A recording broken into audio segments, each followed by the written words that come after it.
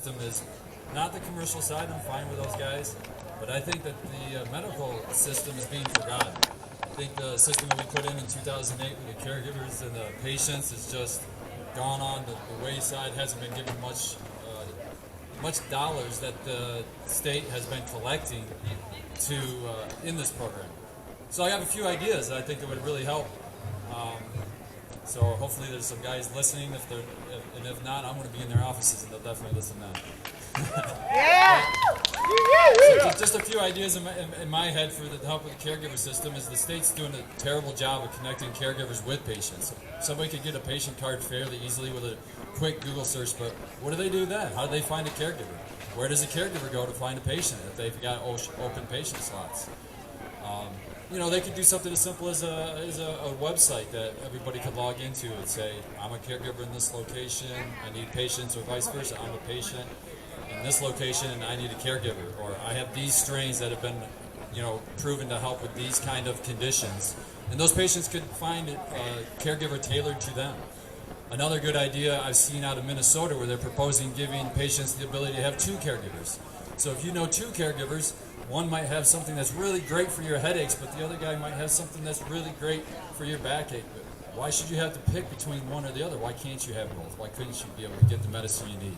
It's another great idea, I think. And then lastly, like what T-Dog just brought up, I love the idea of a farmer's market, like a medical farmer's market to where caregivers could go set up a booth and patients and people with patient cards could go in there and they could shop around for different medical strains that might work for them. That's the biggest problem, or the biggest hurdle to get over as a caregiver, is find that strain that works for that patient so you can keep growing it. And then for a patient to find something that works for them at a store or anywhere and then try to find that again, it's nearly impossible. If they could get a caregiver to keep growing the same strain that they need, I think it could really, really help the patient system.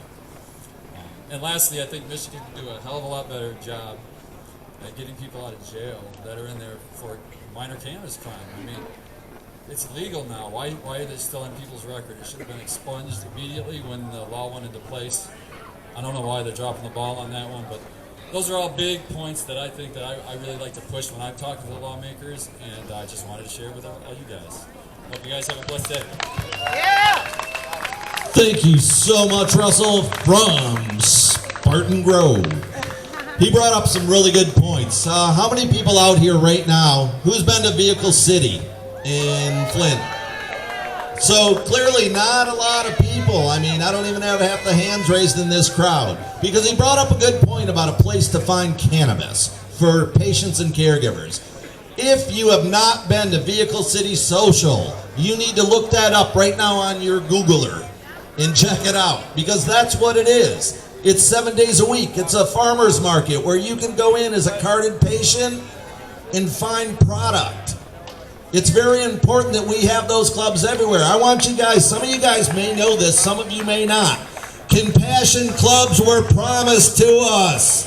They were a part of the Medical Marijuana Act.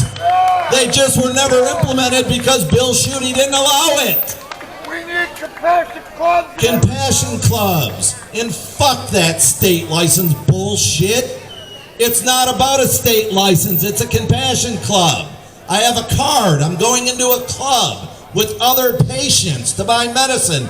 There is a model. It's worked. It's called Vehicle City Social. So we're not reinventing the wheel. We're just taking back our power. That's what I want to stress to everybody here. We were granted power by the act of the Medical Marijuana Act. Let's not give up our power. Let's not give up our trophies. We need to come together, and coming together means that you have to talk to your brother, sister, neighbor, and coworker and let them know this fight isn't over. Let them know that we're going to control this market. Let them know that every city that wants a compassion club can have a compassion club. Yeah! It's about patients and medicine at the roots, but we have nothing against our retail brothers and sisters either. We can coexist, but we coexist as Michiganders. Our next speaker is a longtime patient caregiver who's been in the fight as long as anybody else I know. Give it up for Ward Smith. How you doing, you guys?